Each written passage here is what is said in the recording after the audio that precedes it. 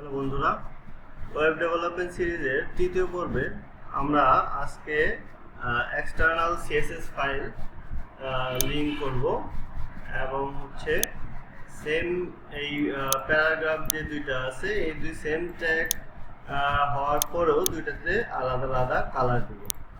তো চলেন আমরা শুরু করে দেই।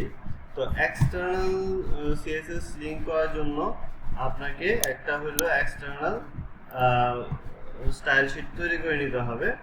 তো আমি নিউ ফাইল নিলাম, এখানে স্টাইল ডট সিএসএস আমি এটা ফাইলটা তৈরি করব। তো স্টাইল ডট সিএসএস ফাইলটা তৈরি করার পরে এই স্টাইল ডট সিএসএস ফাইলটা আমরা এইখানে লিঙ্ক করব। চলেন স্টাইল ডট সিএসএস ফাইলটাতে আমরা একটা কোড লিখি, যেমন হচ্ছে প্যারাগ্রাফ দিলাম, একটা ই ট্যাগ দিলাম, দেওয়ার পরে কালার দিব হচ্ছে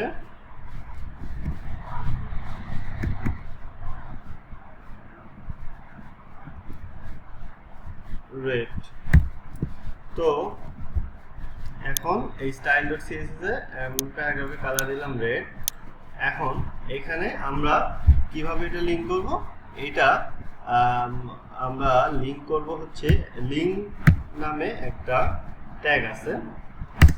তো এই লিঙ্ক ট্যাগটা দেওয়ার পরে আপনার হচ্ছে টাইপটা হবে এটা সিএসএস। এই যে এই স্ট্রিপের ভিতরে আপনার এটা দেখাই দিবেন।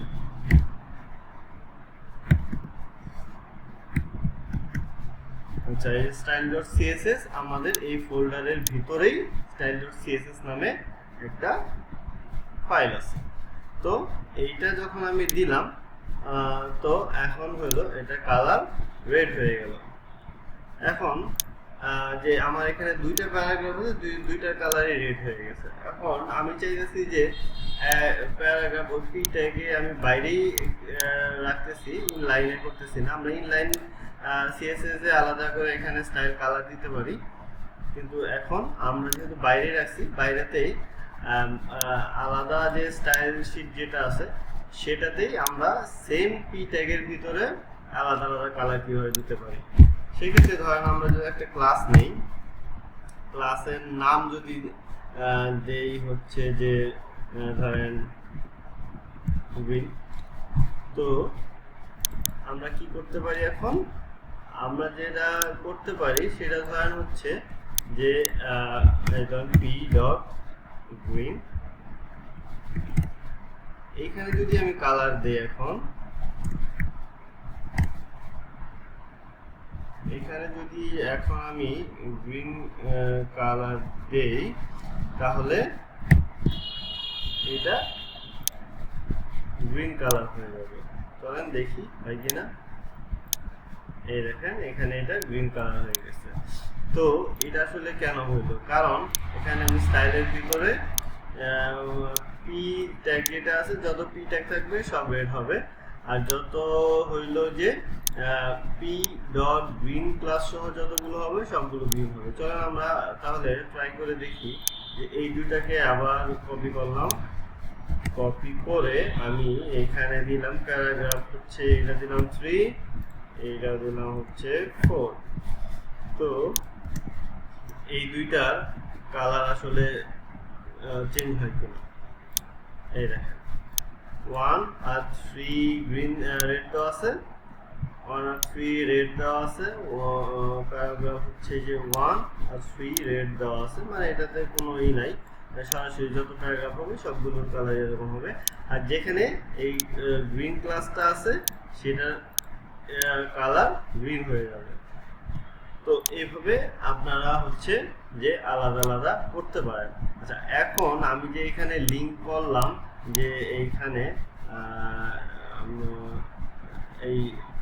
এই স্টেপে যে এটা দিছিলাম, লিঙ্কটা দিছিলাম স্টাইল ডট সিএসএস। এখন এইটা লিঙ্কটা দেওয়ার কারণ হলো এটা আমরা সেম ফোল্ডারের ভিতরে আছে, যে কারণে আমরা সরাসরি লিঙ্ক করে দিতে পারছি।